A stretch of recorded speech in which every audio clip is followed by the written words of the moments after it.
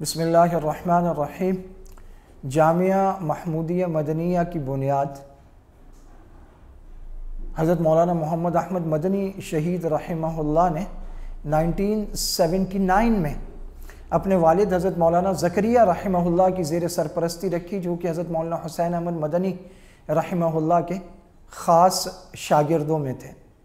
جامعہ محمودیہ مدنیہ اس وقت شعبہ حفظ، شعبہ ناظرہ اور شعبہ کتب للبنات میں کام کر رہا ہے، اور جامعہ محمودیہ مدنیہ میں شعبہ بنات گزشتہ تقریباً 30 سال سے کام کر رہا ہے، اور جس میں وفاق المدارس کے تحت تقریباً یہ 24واں 25واں سال ہے۔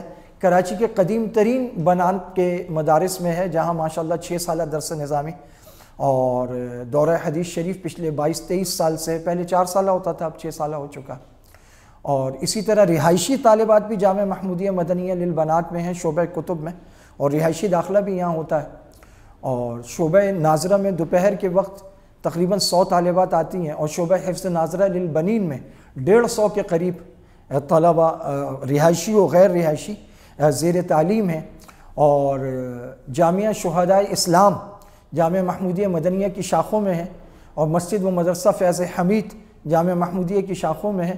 مدرسۃ الحسنین نئی سبزی منڈی کے پچھلے علاقے میں جامعہ محمودیہ مدنیہ کی برانچز میں سے ہے، اور یہ 4 مدارس کا تقریباً ایک جوائنٹ وینچر ہے، اور چاروں میں جامع مساجد ہیں۔ اور ابھی حال ہی میں جامعہ کی شاخوں میں مدرسہ کشف العلوم اور جامع مسجد شمسی، اس کا بھی قیام عمل میں آیا ہے۔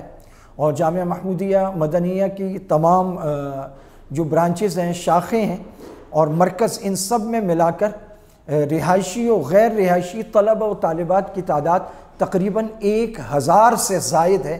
اللہ رب العزت اس جامعہ کو تر و تازہ اور ہستہ بستہ رکھے۔